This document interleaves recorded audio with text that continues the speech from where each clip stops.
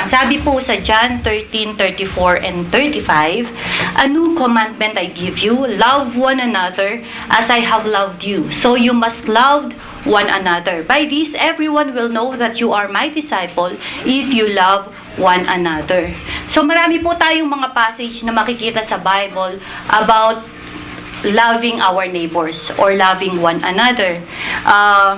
Pero ito po yung aking napili kasi itong verse na to is namumutakti ng salitang love, no? Talagang putakti ng love, no? At it is ang sabi dito, a new commandment. A new command that God wants to give us. Mas pinili ko siya kaysa sa ibang mga verses kasi mas sinimplified ng ating Panginoon. At ito ang pinaka-last na habilin niya bago siya mamatay, no? To love one another. Parang, di ba, pagka may mamamatay na, no, ang ating mga magulang, yung mga napapanood natin, no, may mga huling habilin sila. At yung habilin na yon sa abot ng ating makakaya, no, nais natin yung tuparin dahil sa pagmamahal natin sa mga magulang natin. And so, ito yung huling habilin sa atin ng ating Panginoon bago man siya ipako sa krus at mamatay. Ang sabi niya, a new commandment, again I will read from John 13 verses 34 and 35, "A new commandment I give you, love one another as I have loved you. So you must love one another. By this, everyone will know that you are my disciple if you love one another." Siyempre, love. Ang kabilin-bilinan ng Lord is to love one another. At maganda nga naman po. Okay. Mahina po ba ang aking voice? Pwedeng lakasan na lang. Hindi ako sanay nang nakatutok sa bibig ko po.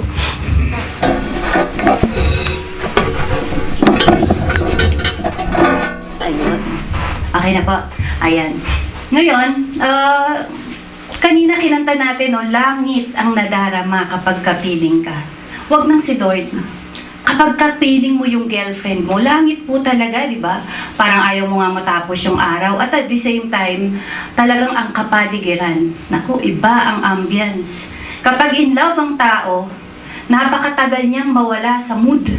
Kahit pa dumaan si enemy number 1, hindi niya talaga masisira ang araw kasi punong-puno siya ng pag-ibig. No? Napakaganda nitong love talaga na dinudulot sa bawat tao. At meron tayong kasabihan ba ang tawag doon, quotation or tula. "O pag-ibig, kapag pumasok sa puso ni numan, hahamakin ng lahat, masunod ka lamang." No? Ito po hindi lang sa mga magsing-irog, maging sa family, pwede. Even this time of pandemic, nakita natin. Paano ko po nasabi? Di po ba lahat ng tao nung una na narinig natin about the COVID-19, everyone is afraid to go out kasi ayaw nilang mahawaan. At nagkaroon pa nga ng issue ng mga discrimination sa ating mga frontliners na ayaw nilang pauwiin dun sa lugar nila kasi baka mahawaan sila at mamatay sila. Pero, nung nagkaroon na ng lockdown period at tumagal na, nakita ng mga magulang yung mga anak nagugutom na. Anong ginawa? Kahit bawal, pinipilit nilang lumabas. At anong sagot nila sa mga authority? Di bali nang mamatay sa COVID kaysa mamatay kami sa gutom. Actually, it's not their gutom but their loved ones. Ganun ang pagmamahal. Susuungin, maging yung kamatayan, ma-prove lang yung pagmamahal niya sa kanyang mga anak or sa kanyang family members. Our frontliners, they are doing their job because for the love of job? No, I don't believe that. For the love of money? No, I don't believe. Nagwo-work sila, unang-una, they have to sustain for their family members. Pangalawa doon, love for their neighbors at sa country. Yung love sa job, hindi ako naniniwala. Unang-una, walang sinabi ang Bible na mahalin natin ang trabaho natin. But use our profession, use our job to express our love to our neighbors. Yun po ang purpose ng mga profession natin. Ano man ang profession mo, ginagamit mo yan to express love. Nagiging kaparaanan lang siya.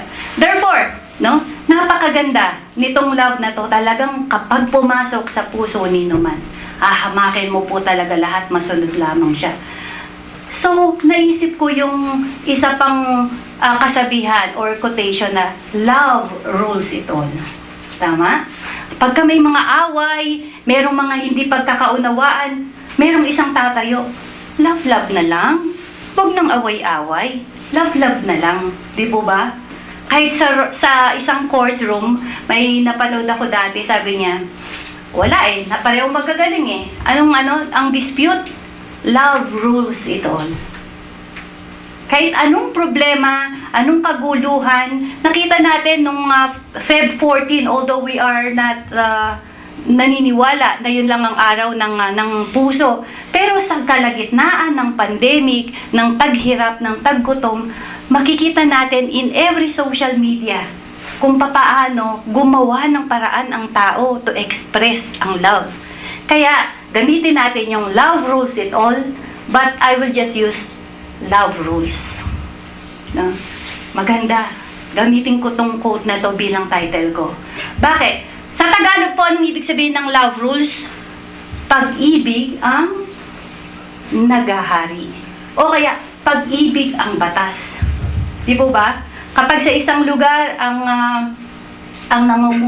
namumuno ay merong kamay na bakal ang nagahari, di ba? So, o kaya kamay na bakal ang batas, ganyan. So tayo, love rules. Napakadami niyang kahulugan, no? Love rules, pag-ibig ang siyang maghari or pag-ibig ang nagahari o pag-ibig ang siyang batas.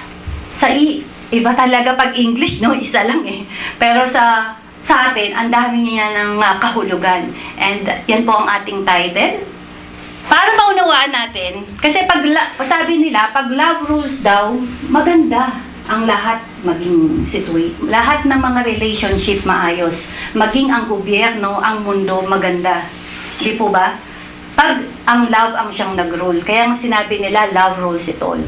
Pag ito ang siyang naghari, itong pag-ibig na to ang siyang naghari, wala tayong problemang makikita kung hindi or makikitang senaryo sa buhay kung hindi yung love at kaayusan.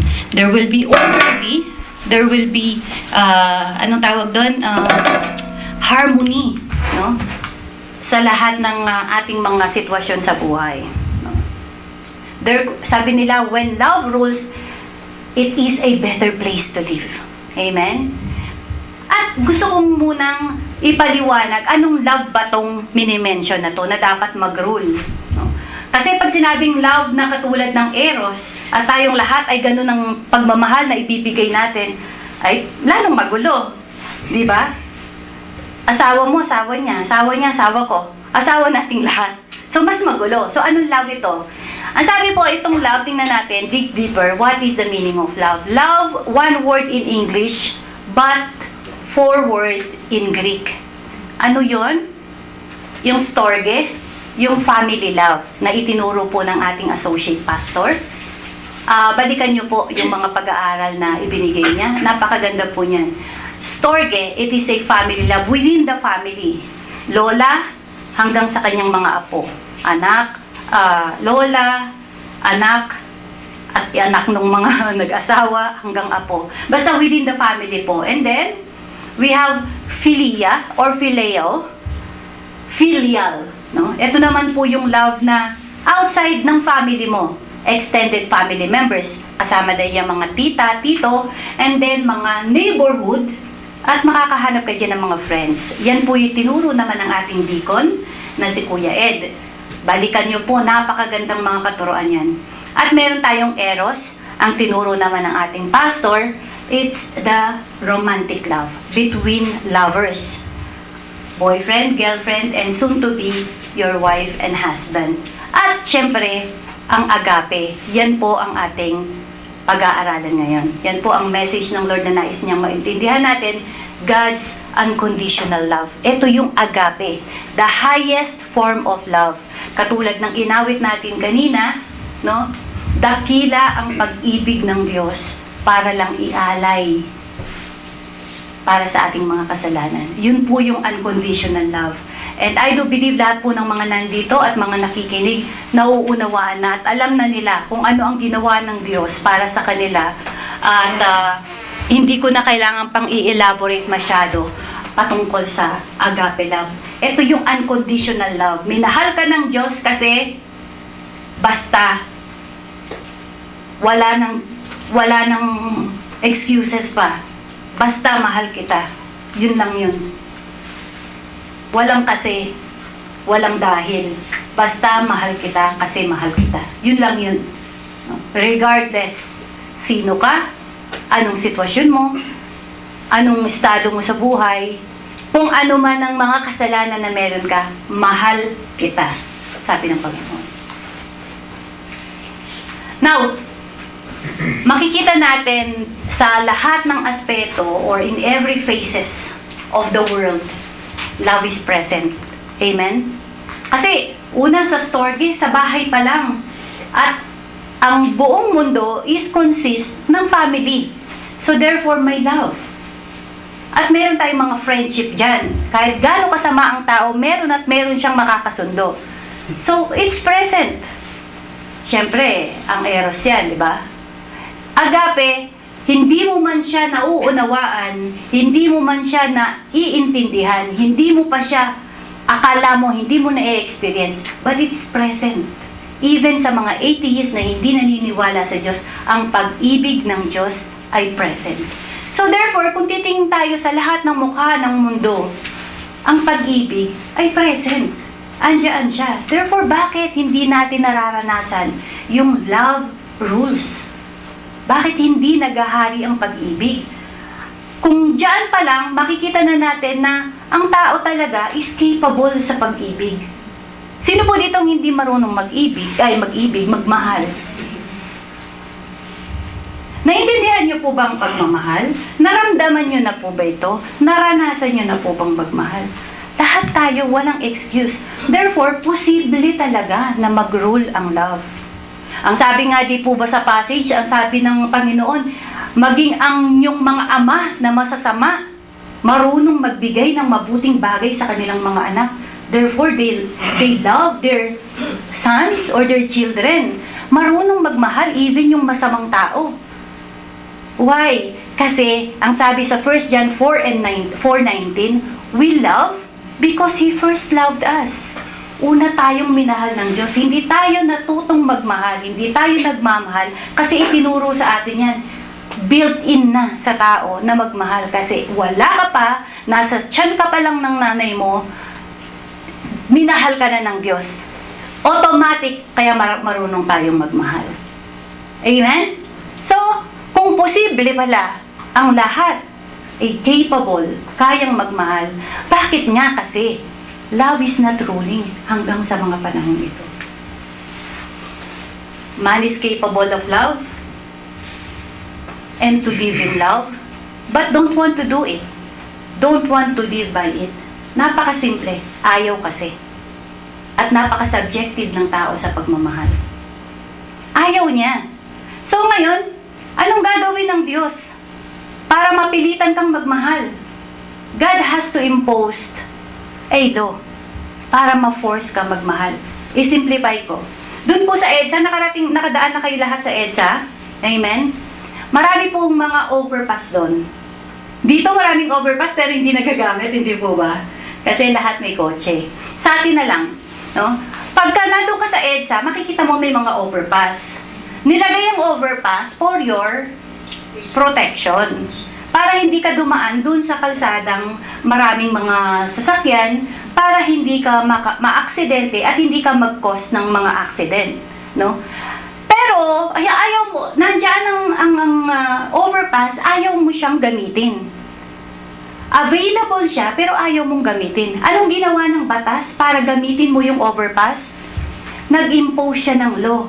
No jaywalking. Ang tao ayaw sa penalty, di po ba? Ayaw sa curse. Ayaw sa parusa. Ayaw talaga ng mga consequences. Ang mangyayari lalo pag usapang penalty, pera.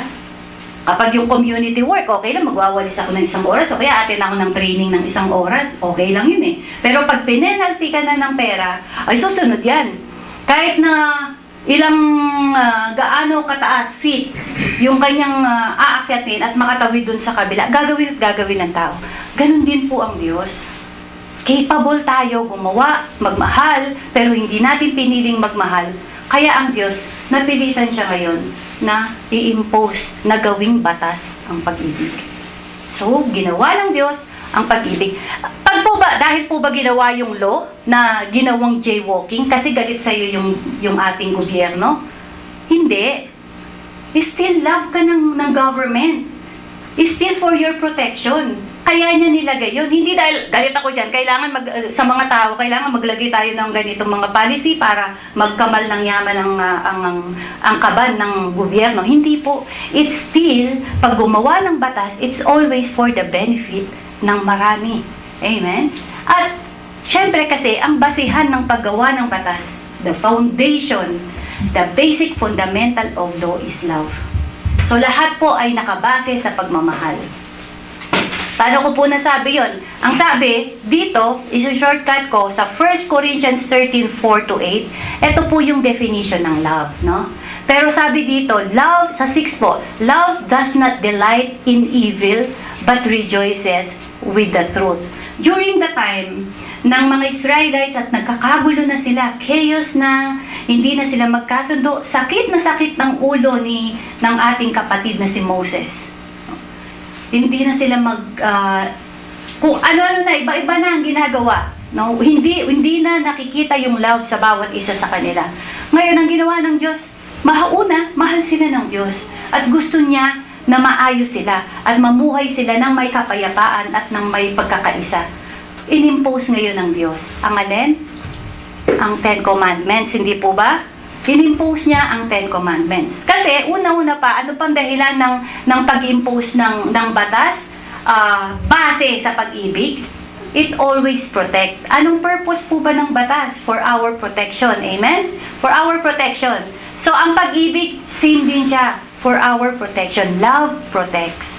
So, kung yung asawa mo, pag naglalakad kayo sa kalsada, iniwan ka lang niya at hindi ka man lang niya inaalalayan, love protects eh. Diba? Love pa naman ang tawag sa'yo, pero hindi ka maprotektahan sa kalsada. Simpleng-simple, no? Naglalakad kayo papasok siguro kayo sa restaurant. Di ba, may mga pintong biglang sumasarang mabigat, di ba? Ang payat-payat pa naman ni Mrs.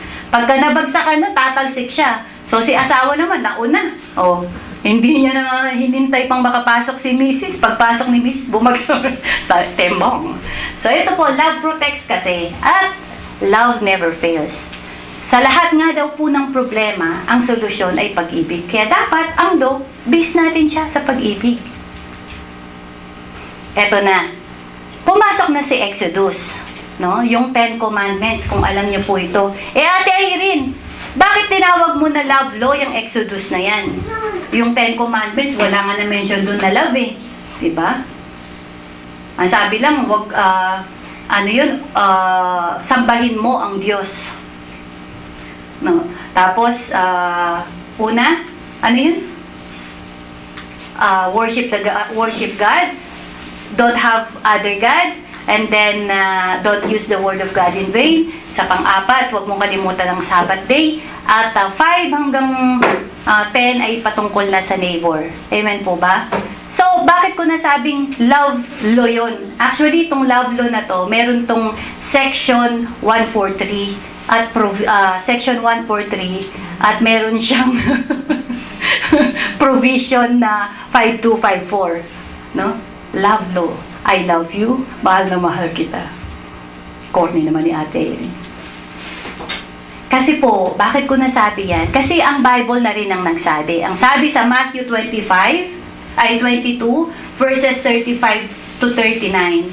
One of them, an expert in the law, tested him with this question, Teacher, which is the greatest commandment in the law? Jesus replied, love your God. And then pangalawa, love your neighbor. And then sa 40, ang sabi niya, all the law of the people, of the prophets, hang on to these 2 commandments.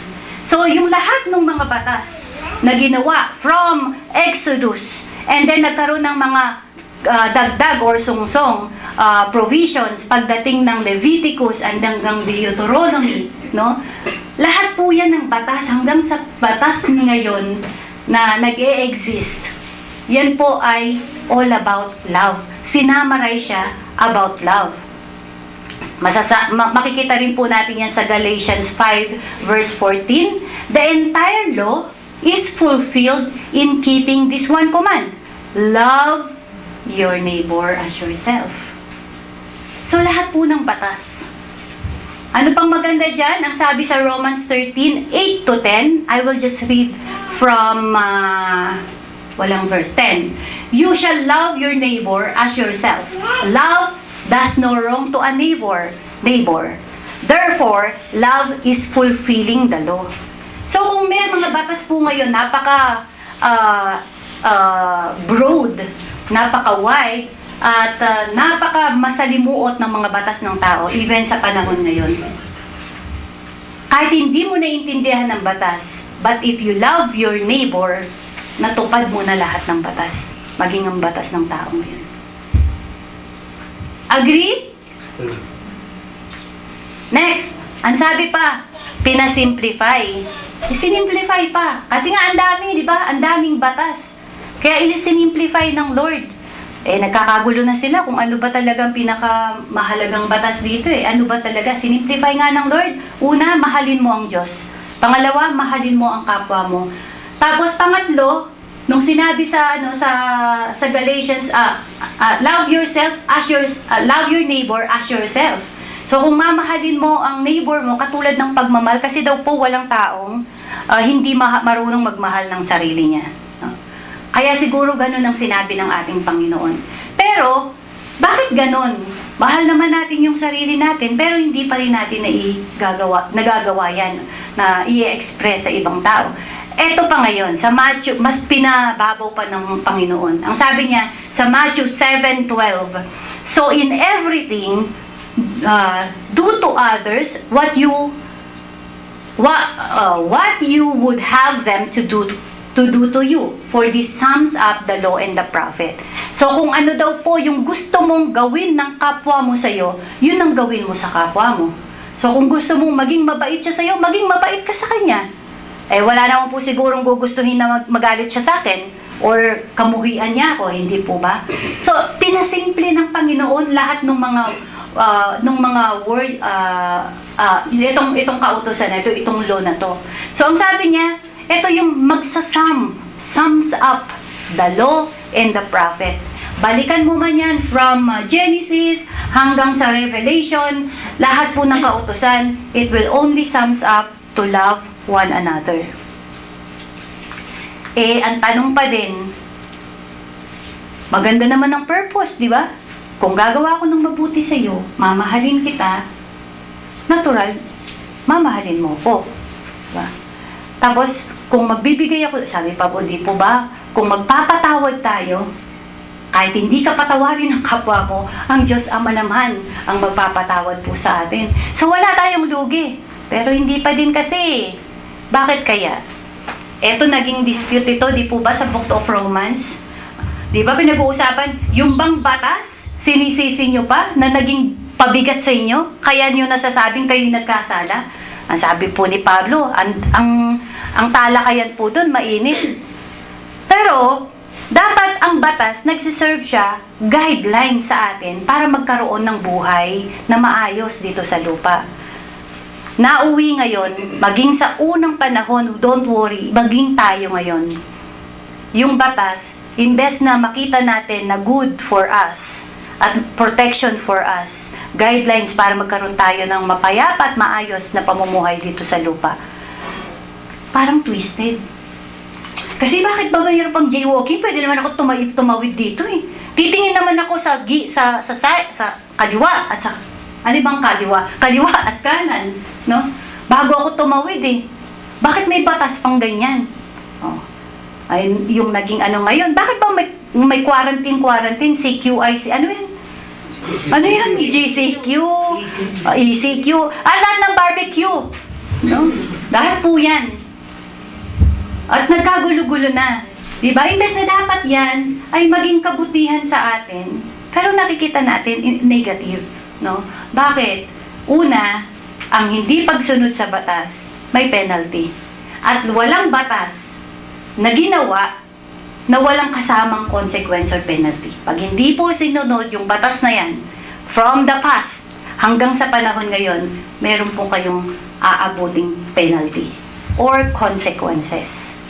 Balikan natin sa Deuteronomy na lang, no?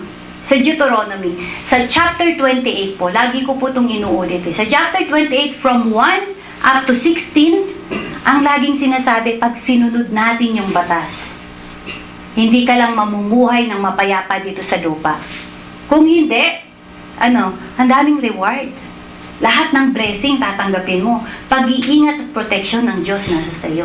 Pero sa 17 downwards, at kinuha ko po itong sa 28. Ang sabi, the Lord will afflict you with madness, blindness, and confusion of mind.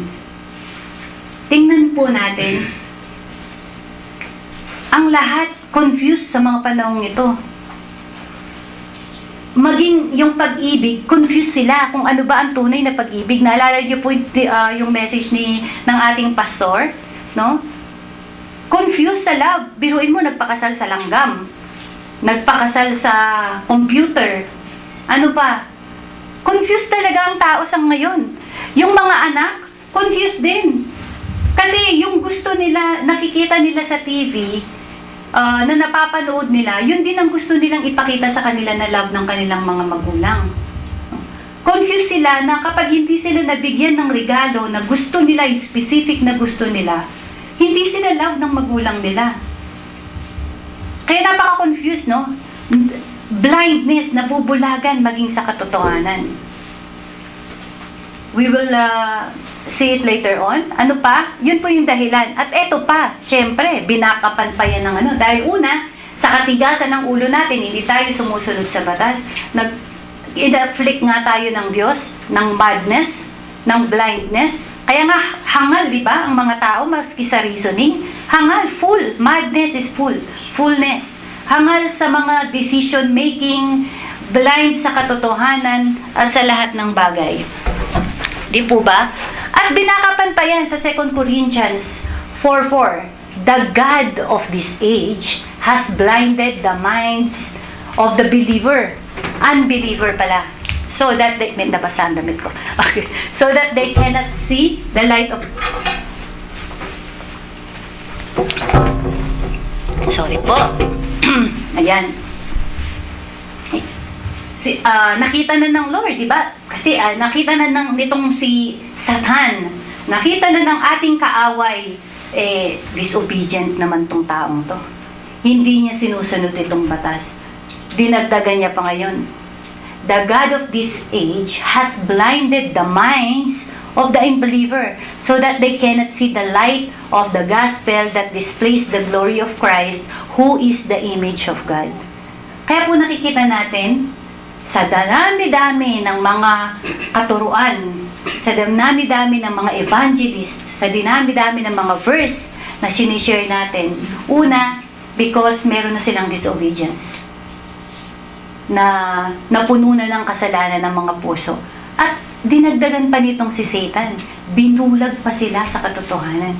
Kaya itong dapat na batas na masusunod at maghari, no? Itong love rules dapat na to, hindi nangyayari, hindi natin na-experience. Anong dinulot pa nito sa 2 Timothy 3:2? At nakikita na natin yan sa present time ngayon. Because of confusion of mind, no? Because of foolishness, ang tao ay becomes lovers of themselves. Lovers of money. Ilang beses sinabi ng Lord, ang pagmamahal ang love of money is the root of all evil. Pero pinipili nating mahalin ang pera kaysa sa Diyos. Ano pa? Ang sabi, love yourself, love neighbors as yourself. Wala nang others Self na lang Lovers of themselves na lang Eto na lang tayo tayo na lang bida. No? Selfie here, selfie there. Di po ba nga? Ang sabi nga, iba-ibang angulo, pero isa lang ang pwesto. naging ganito na ang mundo because sa katigasan ng ulo ng tao. At isa pang dahilan siguro, hindi talaga nila naintindihan kung ano yung pag-ibig na sinasabi. Kaya dito tayo tinatawag ng Lord. Dito tayo pinapaalalahanan ng Diyos to love one another by showing what? Love through what? Evangelism. Hindi kasi nila naiintindihan ang tunay na kahulugan ng love. Kaya hindi nagro-rule ang love kasi hindi nila na-experience yung pag-ibig ng Diyos. Hindi nila naintindihan yung pag-ibig ng Diyos. Kaya hindi nagro-rule yung love na sinasabi natin. Ito pa ang mga dahilan. Bakit? Ito usually, nagkakaroon ng dispute. 3 types ng culture. Una, syempre, meron tayong theonomos. Theonomos means theo, God. Nomos means law. So, batas ng Diyos. No? God, law, or governed by God. Ito yung theonomos. Ito yung nakagisnan ng ating mga kanununuhan. Pero ito yung problema nga kasi. Binaliwala yung batas ng Diyos at gumawa ng heteronomos, another law. Kailan nag-umpisa po yan? Nung gustuhin ng mga Israelita na magkaroon ng hari. At mula doon, kung mapapakinggan po natin yung mga Bible study ng mga nakaraan, even sa mga pinopost po namin sa family namin, no? Kung makikita nyo, sa lahat ng mga generation ng mga hari, mula kay Haring King Saul, kay David, and so on and so forth, no? Hanggang sa panahon natin, yung batas is na-alter na-alter. At bad pa, nagkaroon ng ibang batas talaga ng tao. Ngayon po, di po ba? Legal na nga ang abortion. Legal na ang same-sex marriage. Legal na ang divorce. No? These are other law. Kaya nagkakagulo ngayon because of this. Sa Pilipinas na lang, there is this government, Philippine government, but there is a sub-government. What is that? Autonomous region of Muslim Mindanao. Ano nangyayari? Di po ba laging gulo? Kaya nga may abo sayap eh. Yun yung nangyayari pag ina-alter natin yung batas ng Diyos at sinusunod natin yung sarili nating batas. At ano pa yan? Lahat syempre, autonomous. Kapag heteronomous, there are some a vast of people, mga powerful people na naggawa ng batas para i-impose. Minsan sa mga religion yan eh, yung pinaka-head ng church, no? Gagawa siya ng batas, hindi, kailangan ganito ang batas natin. No? Nakita niyo po, di ba? Yung mga babae, kailangan maging asawa ko lahat. Pero sumusunod sila doon.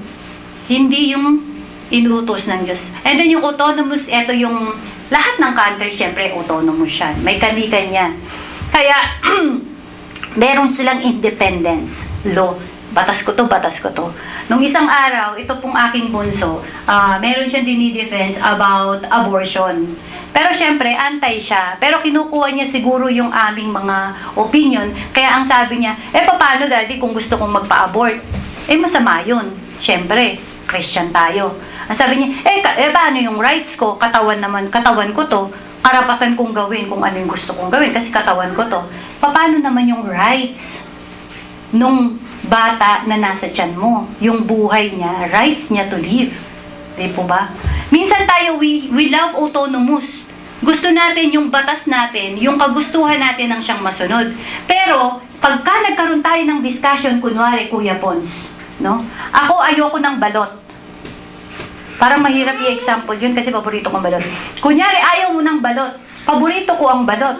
Ngayon, ang sabi ko, kumain ka ng balot. Ngayon, ang dami mong sinabi, nagpaliwanag ka, bakit ayaw mo ng balot, bla bla bla bla. Mag-shift ako ngayon ng heteronomous. Yung loko, gusto kong i-impose sa'yo. Ipipilit ko sa'yo. Hindi kailangan kumain ka ng balot. Balot lang yan, ha? Kaya nagkakaroon ngayon ng problema ang bawat isa. Kasi yun ang pinipilit. Meron tayong mga kasamahan na gusto nila yung palaging kainan. Let's say, diba? Yung mga masasaya, palaging lumalabas. Meron namang taong homebody lang siya. Kung siya gusto niya ng ganon, hindi niya ipinilit niya sa'yo na hindi kailangan sa bahay lang tayo kasi ganito ganyan. Magkakaaway tayo, di ba? Eto ngayon tayo, ayaw natin ng nasasakupan tayo, but then again, tayo gusto nating manako. Kaya nagkakaroon ng problema. Kaya mas maganda talagang bumalik tayo sa theonomos. Amen. No? Amen po ba? Di ba, Pao? Kasi, etong magandang example ng asawa ko sa aking anak. O sige, Pao, rights mo, katawan mo yan. Gusto mong gawin sa katawan mo, sige gawin mo, magpatato ka, magpa-pierce ka ng marami dyan sa tainga mo, magpa-abort ka. Simplihan natin, sabi ng aking anak. Ang sabi niya, ng aking asawa, ang sabi niya, mamayang gabi, rights ni mama na ayaw kanyang itabi sa tulog. Anong gagawin mo? Ay, hindi pwede yun. O, di ba? Bigla siyang nag-shift ngayon from autonomous to heteronomous. Ganyan po ang tao. Kaya ngayon nagkakaroon tayo ng problema. No? Kaya napakaganda talaga sa lahat po ng nakikinig, sa lahat tayo dito. Ang ating church, wag po nating isipin na yung mga leader ay nag-formulate ng bagong batas sa simbahan. Hindi po sila nagpo-formulate ng bagong batas. Ang batas po na sinusunod natin is Bible. We are still under the theonomos. Yung batas po ng Diyos ang ating sinusunod. Hindi po tayo gumawa ng panibagong batas. Kaya lahat ng mga, kaya dito di po ba, yung iba, dapat grace, masyado over sa grace, di ba? Graceful naman kahit nagkasala na si kapatid, magagalit pa sa pastor pagka dinia. Paano yun, kapatid? Yan ay sariling batas mo o sariling kapasyahan mo. Ito ang sinusunod natin, ito ang sabi ng Bible kasi. So, pag hindi na po natin sinusunod ang Bible, then, magreklamo kayo, mag-alsa kayo hanggang gusto nyo. Fine. At alam kong kakampihan kayo ng Diyos kapag right po yung inyong decision. So, lahat po ng batas from the past until this present, wala pong makakapantay sa batas ng Diyos. Bakit? It's all for our protection. Kasi yung mga batas ngayon, they are subjective. At minsan, yung mga politician, gumagawa ng batas. Bakit? For their protection. No? Subjective siya, bias pa. Hindi katulad ng batas ng Diyos, which is the law of love. Napakaganda nito, effective sa ating lahat. Every human law, ang purpose niya daw is human rights protection. Human rights. Even the LGBT rights for the LGBT. Bakit ko sinabing subjective? Kapag babae ang gumawa ng bill, ano yan?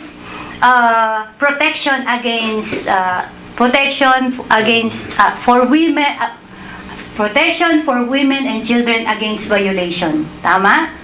Kapag ka naman LGBT, SOGI bill, o same-sex marriage, pagka yung mga kababaihan, after sila sa kanilang mga kagandahan, ayaw masira ang kanilang body, ayaw nila ng responsibility, ayan po, abortion, di po ba?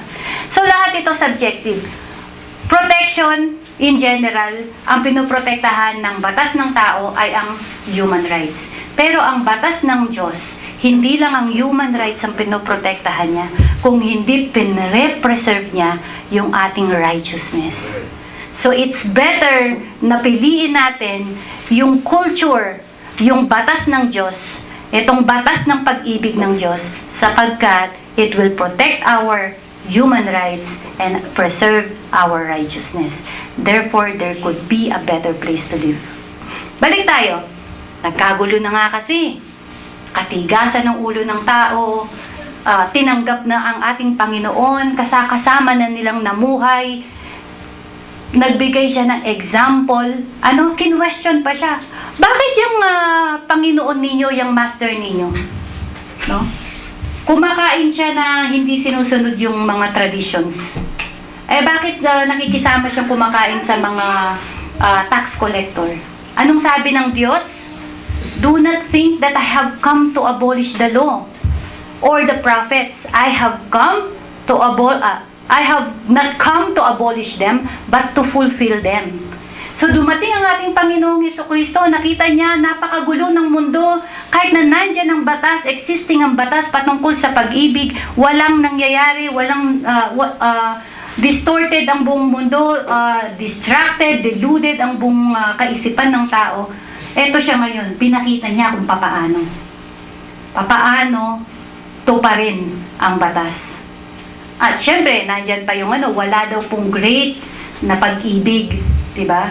Kung hindi ang mamatay ang isang tao para sa kaibigan niya. At yun ang ipinakita sa atin ng Panginoon. Kung gaano niya tayo kamahal, kung gaano niya pinatunayan at tinupad ang batas ng pag-ibig sa pamamagitan ng pagkapako niya sa krus. Kaya, inulit niya etong batas niya at sinimplify niya nga. Ito yung verse natin. Sa John 13:34, a new command. So love is not just about feelings. It's not just about emotion. I feel just liking him. Medyo ka-level ko siya. Sige, pwede ako dito sa grupo na to. Gwapo siya, dito ako. Matangkad siya. Mga grupo ng kaseksihan. Grupo ng kagandahan. Grupo ng mga masasayahin. No? Parang naghahanap tayo, nagiging subjective tayo sa feelings, sa emotion natin. But love, ang sabi ng Lord, it is a command. Love one another. So, diniin niya pa na ito ay command. You must love. The word must is a command. So, you must love one another. Amen? So, it is not about emotion. It is not how we feel about toward one another. But it is a command. Ano man ang ugali niya, you have to love him. Amen? Amen. It's a command. It's from God. At merong reward kapag sinunod natin ang batas. Okay? At ano yon? Ang sabi niya, ang batas niya is love one another. Meron siya ngayong provisions. Papaano mo gagawin yung love? Nung una, love God, love neighbors as you love yourself. Pero ang tao ngayon, mali ang identification niya, ang definition niya ng love, ng sarili niya. Kahit siya dati, sabi nila, hindi niya kayang, hindi mahalin ang sarili niya. Pero makikita natin sa mga panahon ngayon, mismong ang tao sinasaktan niya yung sarili niya. Mismong siya sinisira niya yung sarili niya. They are into addiction. Amen? Mismong sila, hindi nila maipakitang mahal nila yung sarili nila because of these things na ginagawa nila. It shows na hindi nila mahal yung sarili nila.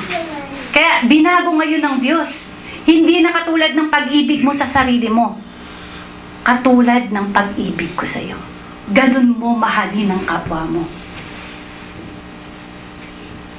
By this, pag nagawa natin yon, nasunod na rin natin yung first commandment na sinasabi niya, to love God. Kasi ang sabi, by this everyone will know that you are my disciple if you love one another. Bakit niya po ibinigay itong new command? Kasi ang tao, hindi niya nga kayang di ba may passage? Paano mo sasabihin mahal mo ang Diyos kung hindi mo kayang mahalin yung taong nakikita mo? Paano mo pamamahalin ng Diyos na hindi mo nakikita ngayon?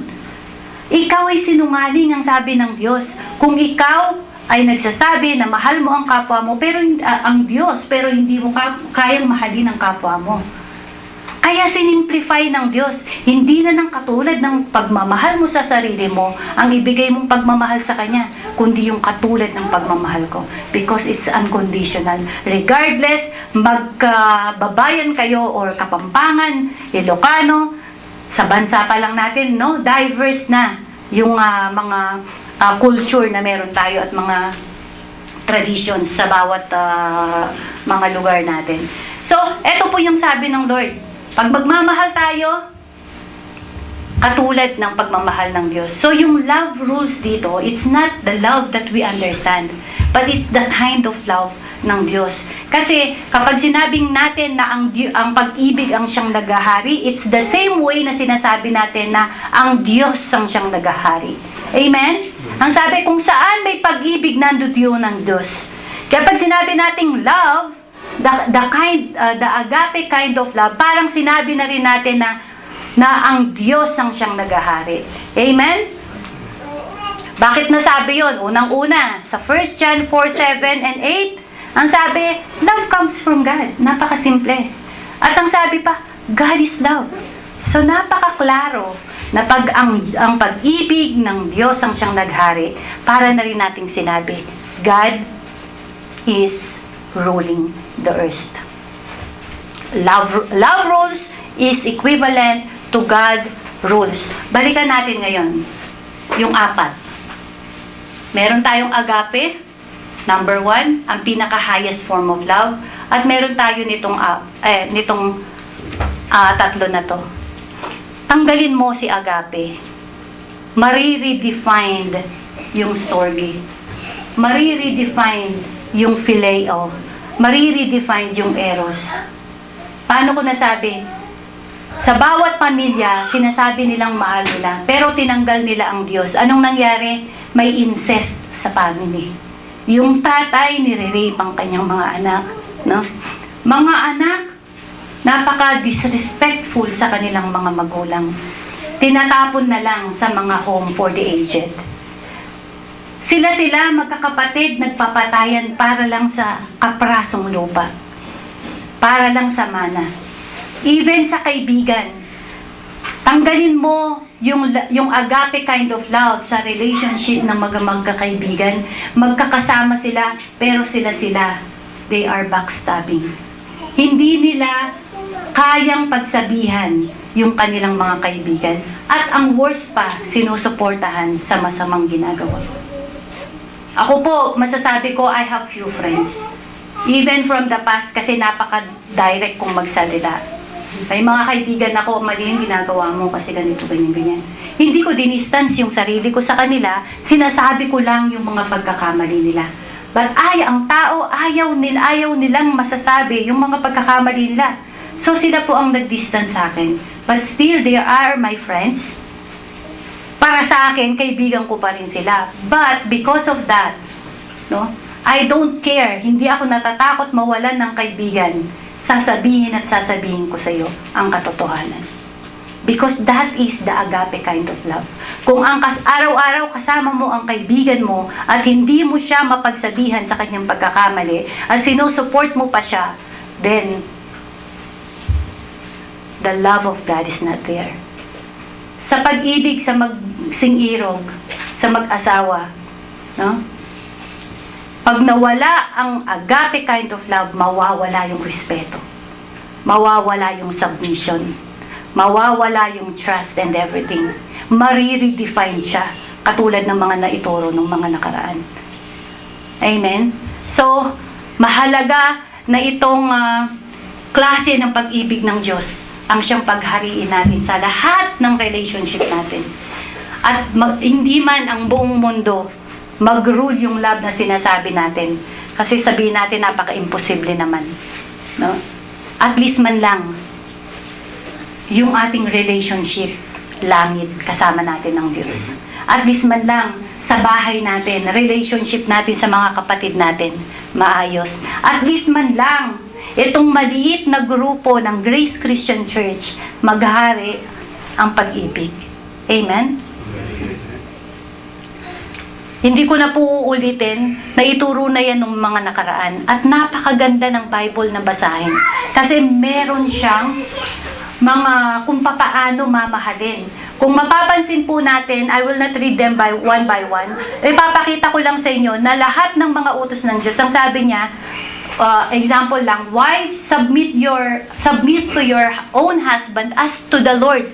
Laging merong as to the Lord. Husband, love your wife as Christ loved the church. Palaging kasama siya sa lahat ng relationship, no, maski sa mga company, sa mga master, sa mga slaves, sa government, maging mga anak, lahat po yan. Kapag tinanggal natin yung klase ng agape kind of love, the redefined ang love na alam natin. Gusto kong love, bigyan mo ako ng iPhone 12. Gusto ko ng love, di ba? Hindi po yun. Redefined na siya. Kaya balik tayo. Balik tayo dun sa kind of love na meron ang Panginoon para sa atin. At napakaganda nun. To give our love sa ating mga kapwa, mahalin mo sila, regardless kung ano pa ang ginawa nila sa atin, nasaktan man tayo, it's okay. No? It will mend. It will mend. It will mend. It's okay. For a time, andiyan dyan, masakit eh, di ba? Pero, aim to be, maging okay ka sa lahat. I-aim daw po natin. Hindi ko na ilagay yung patungkol, pero na ituro naman ni Kuya Ed yun. Tapos, syempre, words to ponder na tayo. No? Ang sabi dito, dear children, 1 John 3:18, dear children, let us not love with words or speech, but with actions and in truth. Ito po yung lagi nating isipin. Yaman din lang sinasabi nating mahal natin. Kung sino man yung sinasabi nating mahal, let us love them in action and in truth. Dun sa tunay na kahulugan ng pag-ibig. If we say we love our parents, ang love sa parents, ang definition ng love ng parents is honoring them.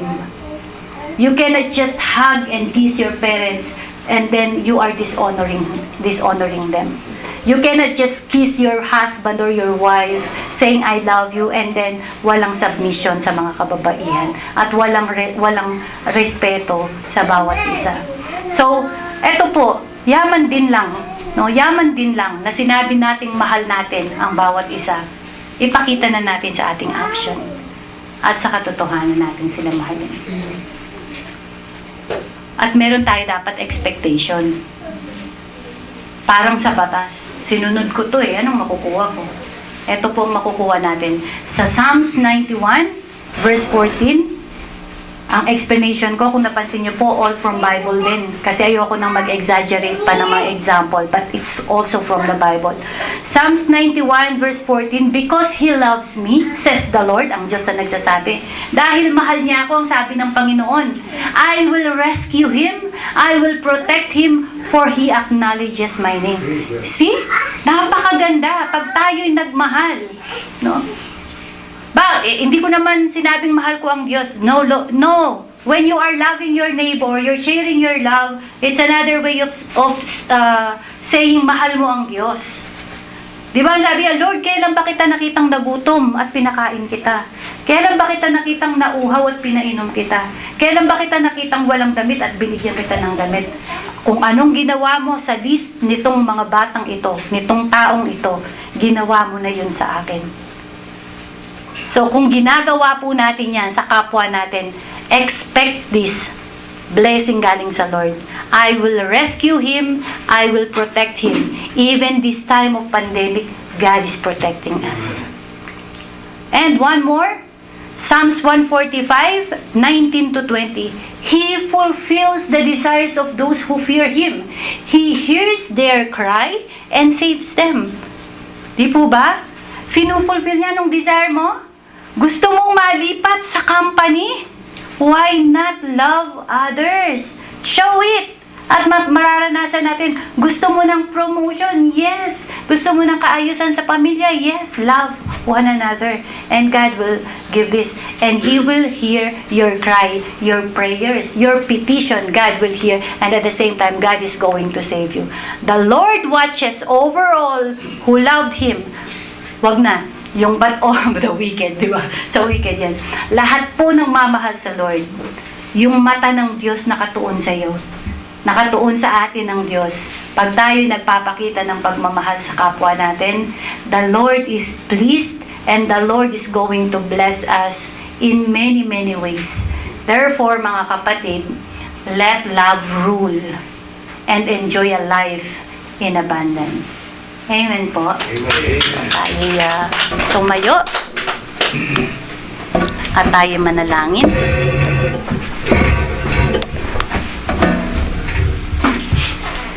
Hallelujah. Lord, muli, salamat po at ipinakita nyo sa amin yung mga laws na ginawa niyo from the past until this time, Panginoon, na andyan pa, na naging pamantayan din ng ibang mga government sa kanilang mga pagsasagawa ng mga batas. It's all about love. And it is the kind of love na meron ka para sa amin. At maraming salamat, Panginoon, dahil hindi ka namin hinanap, kami yung hinanap mo. Hindi ka namin minahal, kami yung minahal mo. Kaya kami marunong magmahal kasi una mo kaming minahal. Maraming salamat, Panginoon, at naunawaan namin itong klase ng pag-ibig na ibinigay mo sa amin, na maging ang buhay mo ipinagkaloob mo sa amin upang kami makaligtas sa penalty ng disobedience namin sa batas ng pag-ibig. Lord, maraming salamat. Bagamat madami kaming mga pagkakamali, and yet your unconditional love ay hindi nagbabago. Palagi mo pa rin siyang ipinibigay sa amin.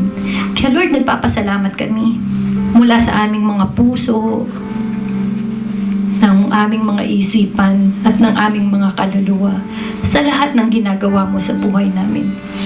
Salamat din, Panginoon, ibinigay mo sa amin yung Great Commission kasi sa ganung kaparaanan po pala may papakita namin yung pagmamahal namin sa kapwa namin, at sa ganung kaparaanan maunawaan din nila yung klase ng pag-ibig na meron ka para sa lahat. At nang sa ganun sila man, Panginoon, ma-experience nila yung buhay na masagana at kaaya-aya dito sa mundo.